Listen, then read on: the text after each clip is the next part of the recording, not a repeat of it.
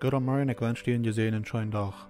Onze Bibelversen von der senden 1. Petrus 2, Versen 9-12. Aber je senden uitgewildet Volk, den Tjanik zijn Priestertum zu sein. Ein heldet Volk, Gott zijn ihnen Volk, dort je andere sein soll, wo wundervoll er ist.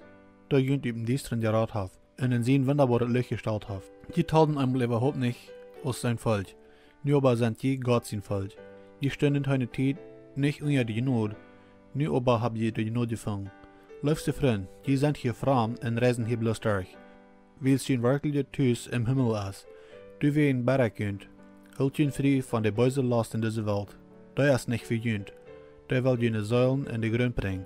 Sieht vorsichtig, dass die jünt man jene ambitionierte Nobasch die Schäd benehmen, so dort, wenn sie jünt ab Verdacht haben, in jünt das Eierreich stampeln, sei doch Gott wollen loben machen für jene gute Worten, wann Jesus Christus kommen wird.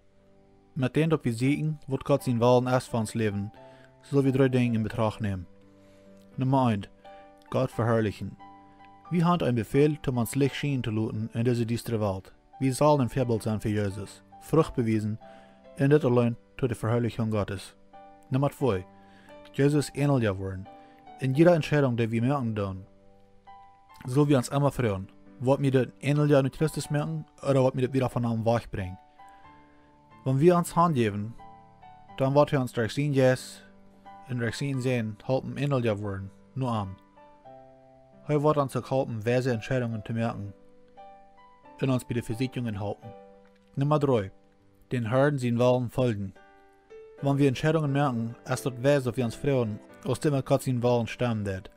Durch die Bibel finden wir, wann Ding dem Herrn gefallen und wann nicht. Seine Geboten sind klar, über wenn eine gläubige Person leben soll, wo er sein Heim versteht, seine Arbeit weiterstellt und wo sein Einfluss in der Umgebung ist. Wo immer du bist und was immer du tust, lass dich nicht von anderen Druck ableiten. Was du sagen, dit und dit ist, was Gott von dir will. Freu Gott selbst, ob das sein Plan ist. Und er wird dir wissen, was du tun sollst. Fertig, wenn wir bis zum Morgen in Dinge tun, sind das Dinge, die Gott nicht gefallen tun.